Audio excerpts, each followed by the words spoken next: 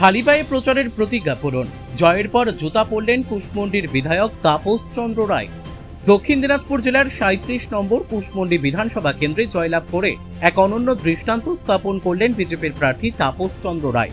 নির্বাচনী প্রচারের শুরু থেকেই তিনি খালি পায়ে মানুষের কাছে পৌঁছানোর প্রতিজ্ঞা নিয়েছিলেন। জয় না হওয়া পর্যন্ত জুতা পরবেন না বলেই সংকল্প করেছিলেন তিনি। সোমবার ৯,০৬৩ ভোটের ব্যবধানে বিপুল জয় পান তাপস চন্দ্র রায়। এই জয়ের মধ্য দিয়েই পূর্ণতা পায় তার দীর্ঘদিনের সেই প্রতিজ্ঞা। জয়ের পর আজ কুশমন্ডির শীতলাতলা এলাকায় বিজেপি কর্মী সমর্থকদের উদ্যোগে তাকে সংবর্ধনা জানানো হয়। ফুলের তোড়া দিয়ে উষ্ণ অভ্যর্থনার পাশাপাশি আনুষ্ঠানিকভাবে তাকে জুতো পরিয়ে তার প্রতিজ্ঞার অবসান ঘটানো হয়। মুহূর্তটিকে ঘিরে আবেগঘন পরিবেশের সৃষ্টি হয় এবং সমর্থকদের মধ্যে উচ্ছ্বাস ছড়িয়ে পড়ে। এ প্রসঙ্গে তাপস চন্দ্র রায় বলেন, এই জয় সাধারণ মানুষের জয়। তাদের ভালোবাসা ও আশীর্বাদ নিয়েই আমি আগামী দিনে কাজ করে যেতে চাই। তিনি আরও জানান, এই জুতা পরেই তিনি বিধানসভায় যাবেন, যা তার কাছে মানুষের প্রতি দায়বদ্ধতার প্রতীক। এদিন উপস্থিত বিজেপির প্রাক্তন জেলা যুব মোর্চার সম্পাদক রাকেশ কুমার সরকার বলেন, আজকের দিনটি আমাদের কাছে অত্যন্ত গর্বের। প্রার্থীকে জুতা পরিয়ে তার প্রতিজ্ঞা পূরণের সাক্ষী থাকতে পেরে আমরা আনন্দিত। ঘটনাকে কেন্দ্র করে কুশমন্ডিতে উৎসব মুখর ও আবেগঘন পরিবেশের সৃষ্টি।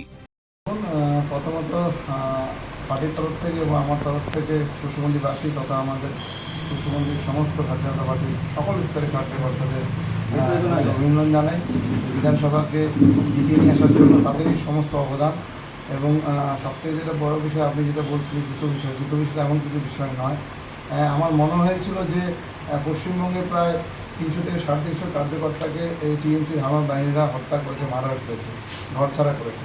তাদের কষ্টের কথা মাথায় রেখে আমার এই ছোট্ট একটা প্রচেষ্টা যে তাদের কথা স্মরণে রেখে আমি প্রতিজ্ঞা নিয়েছিলাম যে যতক্ষণ না বিধানসভা ভোট হয় এবং তার রেজাল্ট হয়ে জিতে না আসে ততক্ষণ কোনো জুতো করবো না। তো সেটা ঈশ্বর শুনেছে, জনগণ শুনেছে এবং আজকে জিতে এসেছি তাদের আশীর্বাদে। আজকে আমাদের জেলার নেতৃত্বে আনন্দা আছে, শৈলেশ দা আছে, আমাদের বুধের দা আছে, রতনদা আছে, তপন দা আছে, সকলে আছে, এখানকার আমার কাকু আছে, সকলে আছে। তো তারা আজকে জুতো প্রদান করলো এবং সেটা গ্রহণ করলাম।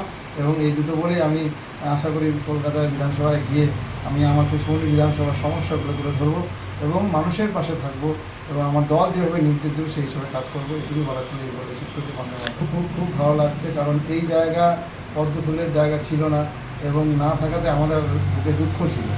আমার নেতৃত্বরা, আমার বুথের কার্যকর্তারা সকলে এবার প্রচেষ্টা লাভ করেছে এবং সেই সফলতা আপনারা দেখতে পাচ্ছেন যে প্রায় ৯,০৬৩ ভোটে আমরা জয়যুক্ত হয়ে আমরা এই টিএমসির যে আতুরঘর সেটা ভেঙে আমরা পদ্মফুল পেলাম। এটা আমাদের খুব খুশির খবর। কুশমন্ডি থেকে দিলদার আলীর রিপোর্ট, কুলিক নিউজ।